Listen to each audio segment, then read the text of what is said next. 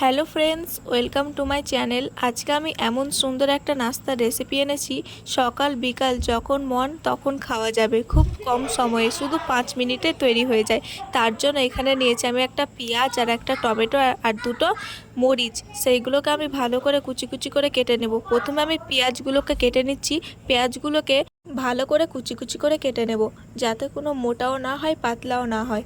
এখানে আমি তারপর নিয়ে নিয়েছি একটা টমেটো, সেইগুলোকে আমি সেম মিডিয়াম সাইজে কেটে নেব।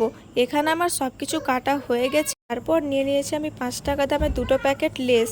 সেইগুলোকে আমি লেসগুলোকে ভালো করে চুরচুর করে ভেঙে নেব, কেননা যদি কড়া কড়া থেকে যায় গোটা গোটা তাহলে কিন্তু খেতে ভালো লাগবে না। তার জন্য আমি এখানে কুচি কুচি করে ওটাকেও ভেঙে দিয়েছি। তারপরে এখানে হালকা পেঁয়াজ কুচি, হালকা লঙ্কা কুচি, হালকা তারপর টমেটো কুচি সবগুলো দিয়ে ভালো করে মিক্স করে নেব। মিক্স করার পর এখানে আমি দুটো ডিম নিয়েছি। দুটো ডিমকেও ভালো করে দিয়ে কিন্তু আমি মিক্স করে নেব। তারপর লবণ, তারপরে হলুদ, এগুলোকে দিয়ে ভালো করে মিক্স করে নেব। তারপর সেটাকে আমি পিন দিয়ে কিন্তু বন্ধ করে নেব। আপনারা যে কিছু দিয়ে বন্ধ করতে পারেন, আমি এখানে পিন দিয়ে বন্ধ করেছি। তারপর নিয়ে নিয়েছি আমি জলটাকে ভালো করে ফুটিয়ে নেব। তারপরে এটাকে ঢেকে ফুটিয়ে নেব আমি প্রায় 5 মিনিটের মতন। তারপরে আমাদের এখানে রেডি। খেতে কিন্তু অসাধারণ হয়েছিল এই লেস ডিমের অমলেটটা।